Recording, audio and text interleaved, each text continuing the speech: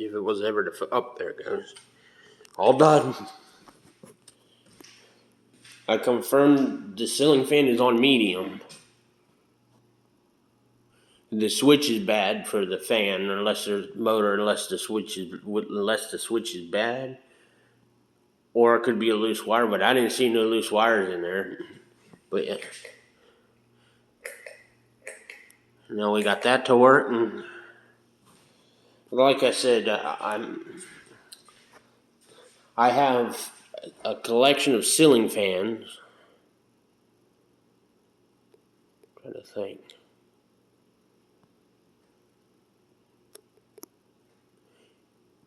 I don't know if you've been through any of my videos prior to me living in Virginia again, but I had two dark, not brown, but dark color, dark white, like brownish, whitish color ceiling fans.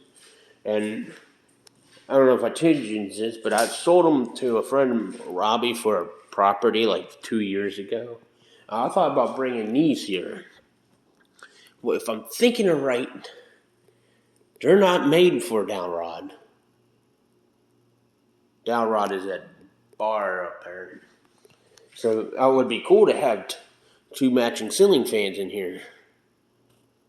And plus it would fit in here because of the size.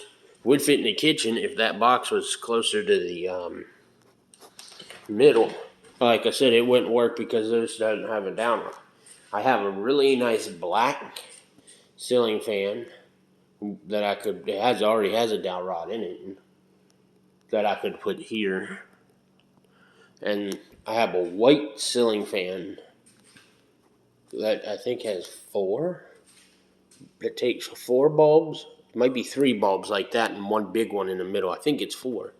But I'll have to rob the dowel rod out of this and paint it white and put it on that. Like I said, that'd be cool to have, and just use this one for parts or try to fix it. Like I said, all it needs is a new switch, but it's working.